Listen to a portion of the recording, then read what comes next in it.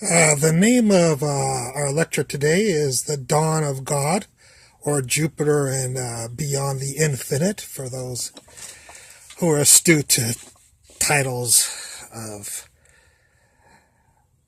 stories, by Vince Bentley, that's me. What we will start with is the hierarchy of God. And the hierarchy of God, if I may use that terminology, is the fact that without logic, you could not have mathematics. So in a sense, logic predates or births mathematics. Logic governs the behavior of ideas. Mathematics governs the behavior of patterns. And without mathematics, you cannot have physics. In a sense, mathematics has to give birth to physics, because you cannot have physics without mathematics.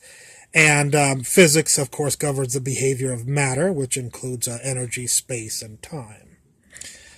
Without physics, you cannot have chemistry. Chemistry governs the behavior of atoms and molecules. And to proceed a little bit quicker, without chemistry, you cannot have biology, which governs cells. Without biology, you cannot have physiology,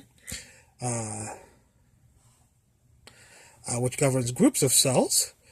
And without physiology, you cannot have anatomy, which governs organs and skeletons. And without anatomy, you cannot have psychology, which governs one animal, or human, if you will. And without psychology, you cannot have sociology, which governs groups of animals or humans. And without sociology, you cannot have politics, which governs groups sociology governs a group of animals, politics governs groups of animals. And then without politics, you cannot have geopolitics, which govern groups of animals there. Of course, there are many fields. There are many fields in between these fields that I've stated here. Of course, you have physical chemistry, or mathematical physics, or chemical biology, and so on. So there's many other fields that fill in the rainbow that is the stairway of heaven, or God, if you will. But anyways, we just wanted to show you the hierarchy, and a little bit of discussion is, were all of these created at the exact same time? These levels of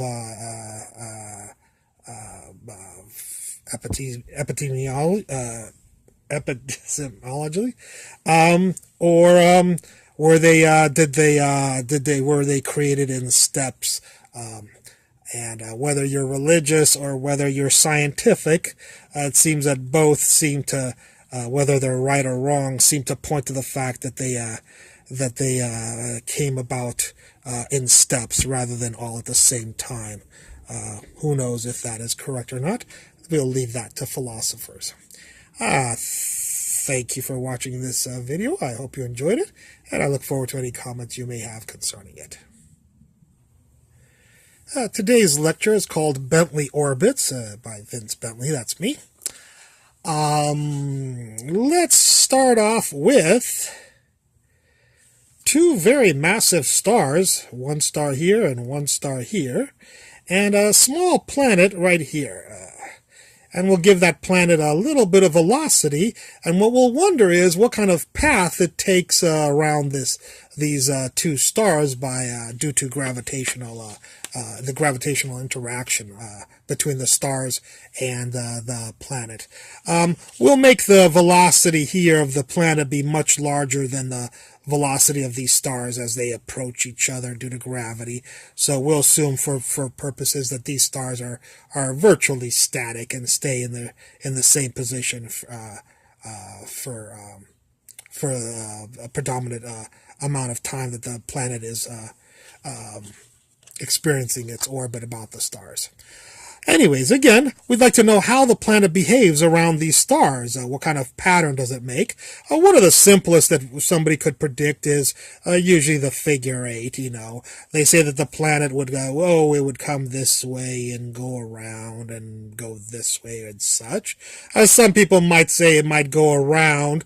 It's a little bit more difficult to understand that because once it gets here, it would be pulled by these two stars, so there would be a sense to come closer to the star. So if it did have a high enough velocity, eventually it would probably decay into this. I wrote a program that simulated these interactions between two giant stars and one small planet. And this is not what I call a Bentley orbit. This is a orbit that's been around for many years, hundreds of years probably. This is what I call a Bentley orbit. And this was one of the simulations that I run that I did not predict. I just got lucky giving the planet a specific velocity, and what the planet did was it actually fell. I guess it was it wasn't too high of a velocity to make it go this way. It was too slow, so it was still attracted to the star, but it still moved from right to left. So what the planet did was it came along this way. And then when it got to here, it was attracted to the two stars, and it got pulled back up. When it got to here, it was attracted to the two stars and got pulled back down. And then here, it got pulled back up by the two stars, and then pulled back down, and then went up, and then went around like that. And of course, I didn't draw the rest of the orbit because I didn't want to destroy this, but you could imagine that it probably would go up, down, and oscillate again, and then eventually get over to this star and hopefully go around it and come around.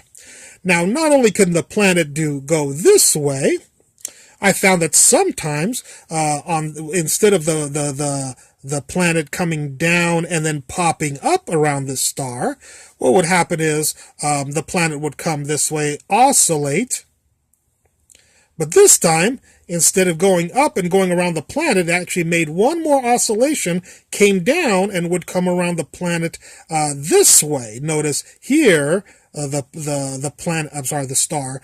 Here, the planet is going around this way in a counterclockwise manner. But here, the planet is going around this way in a clockwise manner.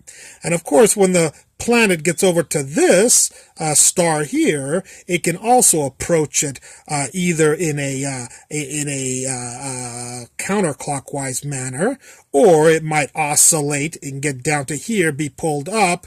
Instead of going around the star, it would go up and go in a counterclockwise. So there's several permutations of these orbits. So these are what I call Bentley orbits because I have never seen them in any kind of celestial mechanics or astrophysics books that I've read. Maybe they are in there, and I'd be interested if you could point me towards these books with these types of orbits.